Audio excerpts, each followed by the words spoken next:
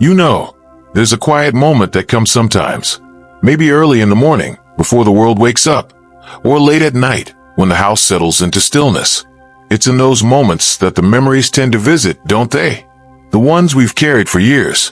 The choices we wish we'd made differently. The words we should have said, or shouldn't have. If you're anything like me, those memories can feel heavy, like stones in your pockets, weighing you down even when you're trying to enjoy the good things.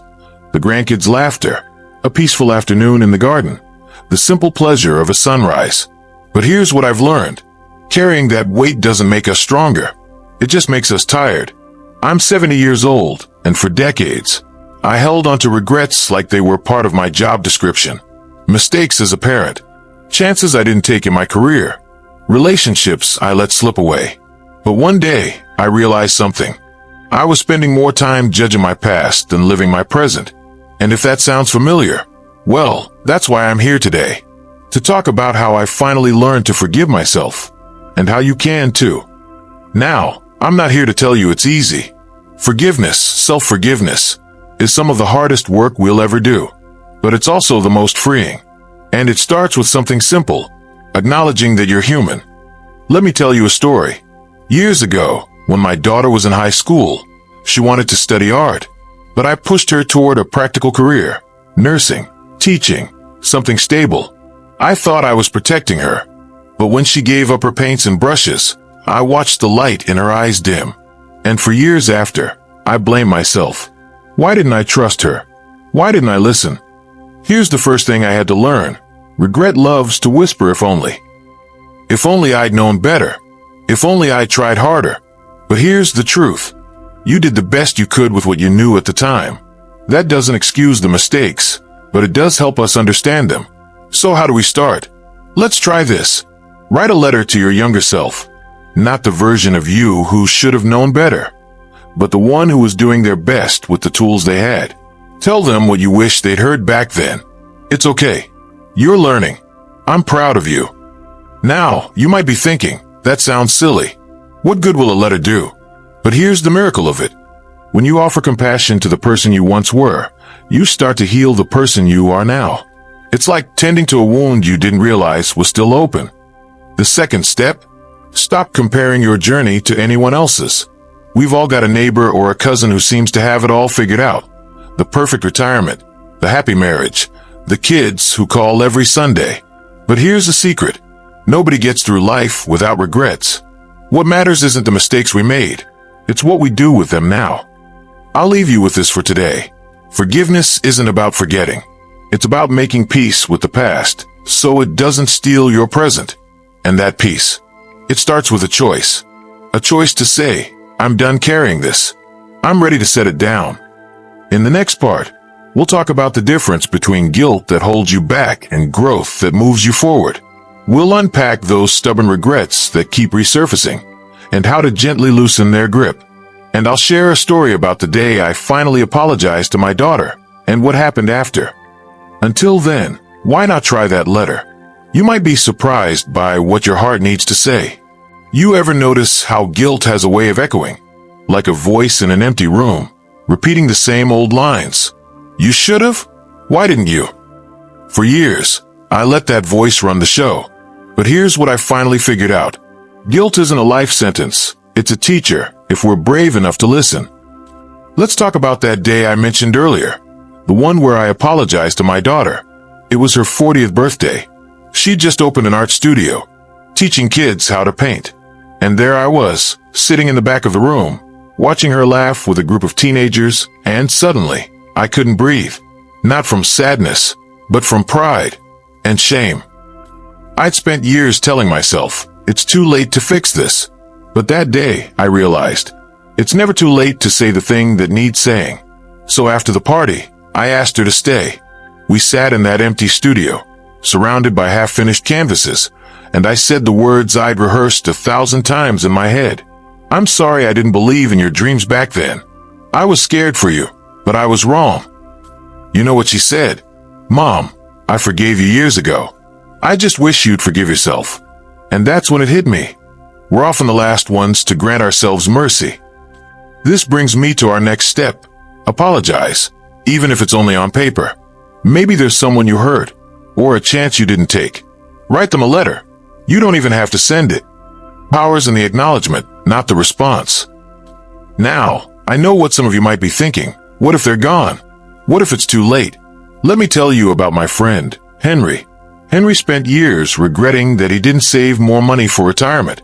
He'd wanted to travel with his wife, but she passed before they got the chance. One day, he started volunteering at a senior center, teaching budgeting classes. Said it helped him feel like he was honoring her and healing himself. Sometimes, making amends means sharing the lessons your regrets taught you. That's the difference between guilt and growth. Guilt says, look what you broke. Growth says, look what you can build with the pieces. Here's another tool that changed everything for me. Replace I should've with next time. Sounds simple, right? But it's like pruning a rose bush. You've got to cut back the dead weight so new blooms can grow. Let me give you an example. For years, I beat myself up about not visiting my brother more before he passed. I should have called. I should have made time. But one morning, I woke up and thought, next time, I'll prioritize the people I love now. So I started calling my niece every Sunday. We talk about her dad, the good memories, the silly ones. And you know what? It feels like he's right there with us. Now, I won't pretend this is easy. Some days, the old guilt creeps back in. That's why I keep this in my pocket. Write yourself a mantra. Keep it somewhere you'll see it daily. On the fridge, the bathroom mirror, or yes, in your pocket. When the guilt starts whispering, read it out loud. Your voice matters, especially when it's speaking kindness to you. In our next conversation, we'll talk about the most surprising part of this journey. How forgiving myself helped me find a new purpose. I'll share how I turned my old regrets into a project that's brought joy to others.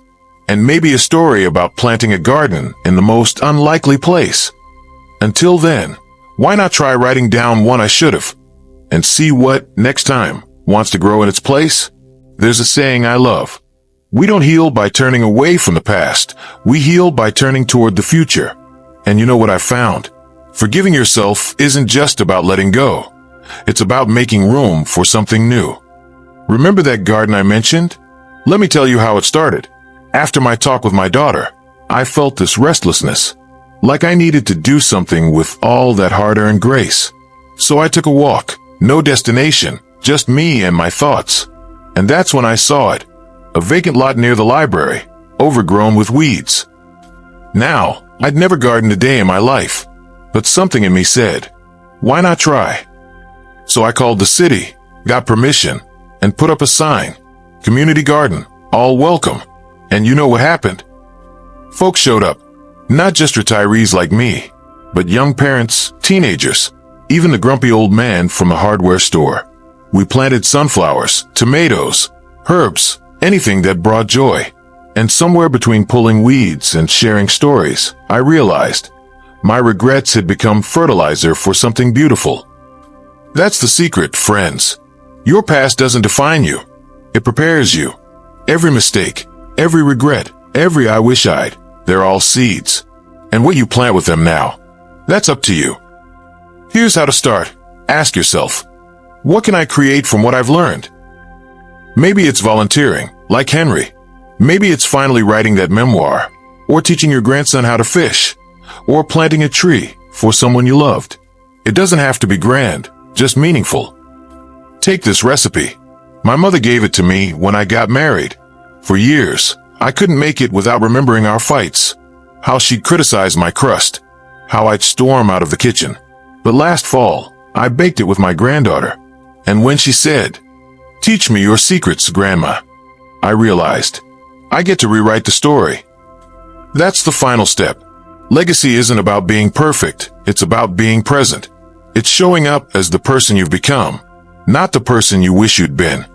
Now, I won't tell you I've got all figured out. Some mornings, I still wake up and think, did I do enough? Was I enough? But then I remember my sunflowers.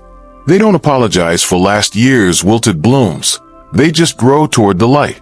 And so can we. In our next conversation, we'll go deeper. How to handle the days when old regrets come knocking. How to find your tribe when you're feeling alone. and the unexpected joy of being seen exactly as you are. I'll even share a story about the time I accidentally joined a yoga class and discovered I'm more flexible than I thought. Until then, why not plant something? A flower, a thought, a kind word to yourself. Watch what happens when you give it a little light. You ever have one of those days where the past just shows up uninvited? Maybe it's a song on the radio, or a smell that takes you back 40 years. Last winter, I got a letter from an old coworker, someone I'd let down decades ago. And just like that, all those old regrets came rushing in like a cold draft under the door. I nearly let that letter collect dust on the counter. Part of me thought, haven't I done enough? Didn't I already forgive myself? But here's the truth. Self-forgiveness isn't a finish line, it's a path. And sometimes, the clouds roll back in. What saved me that day was something my granddaughter taught me. Name it to tame it. Sounds like something from a children's book, doesn't it? But there's wisdom there. When the guilt comes knocking, don't slam the door. Say, hello, old friend. I see you, but you don't live here anymore.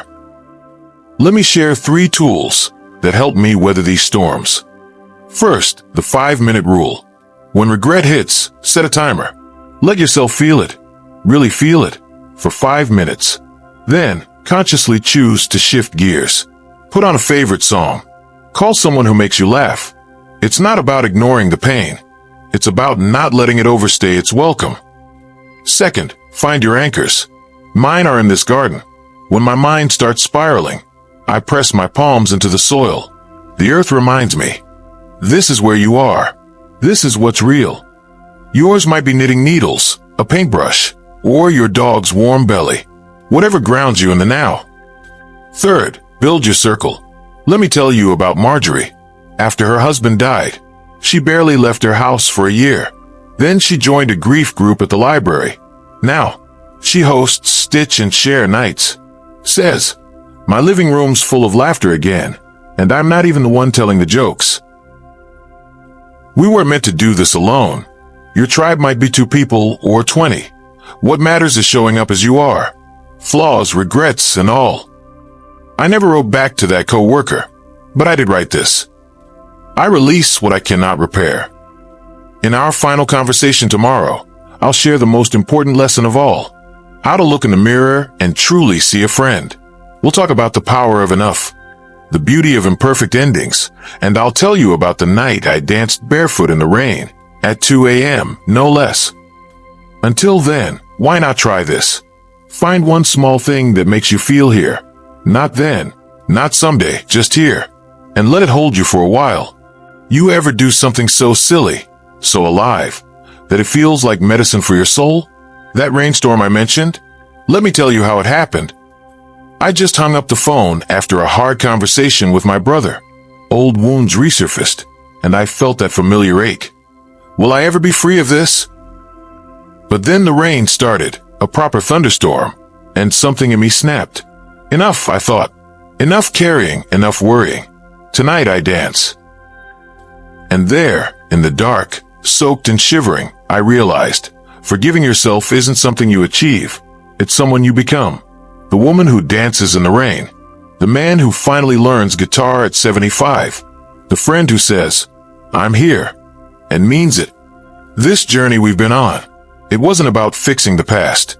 It was about falling in love with the person you fought so hard to forgive. The one who's still here, still trying, still breathing. So here's my final challenge for you. Stand in front of a mirror and say, there you are. I've missed you. Then promise yourself this. No more hiding. No more apologies for taking up space. From now on, we walk hand in hand. I know it's scary. Oh, do I know? But here's the miracle. The more you befriend yourself, the more the world becomes a friend too. Strangers smile wider. Birdsong sounds sweeter. Even the silence feels kinder. Keep a list. Not of chores or regrets, joys. The smell of fresh-cut grass. The way your grandbaby's hand fits in yours. That first sip of coffee in your favorite mug. Add to it daily. And when the doubts come, did I matter? Was it enough? Read it aloud. Let your own voice remind you. You are here. You are now. you are allowed to take up room. Last week, I saw a woman leave daisies on that bench. No note, just flowers. And I thought that's legacy. Not monuments or perfect endings, but love passed hand to hand, quiet as a heartbeat. So here we are, friends, at the end of our talks, but the start of everything else. If you take nothing else from this, remember, your story isn't over. It's being rewritten with every kindness, every risk, every moment you choose joy over judgment. Before I go, I have a favor to ask. If this journey meant something to you, if you found a flicker of hope here, share it with a friend, a sibling, someone at the grocery store who looks like they're carrying stones. And if you'd like more conversations like this, well, you know where to find me. However old you are, however many regrets you've carried, today is a good day to begin again.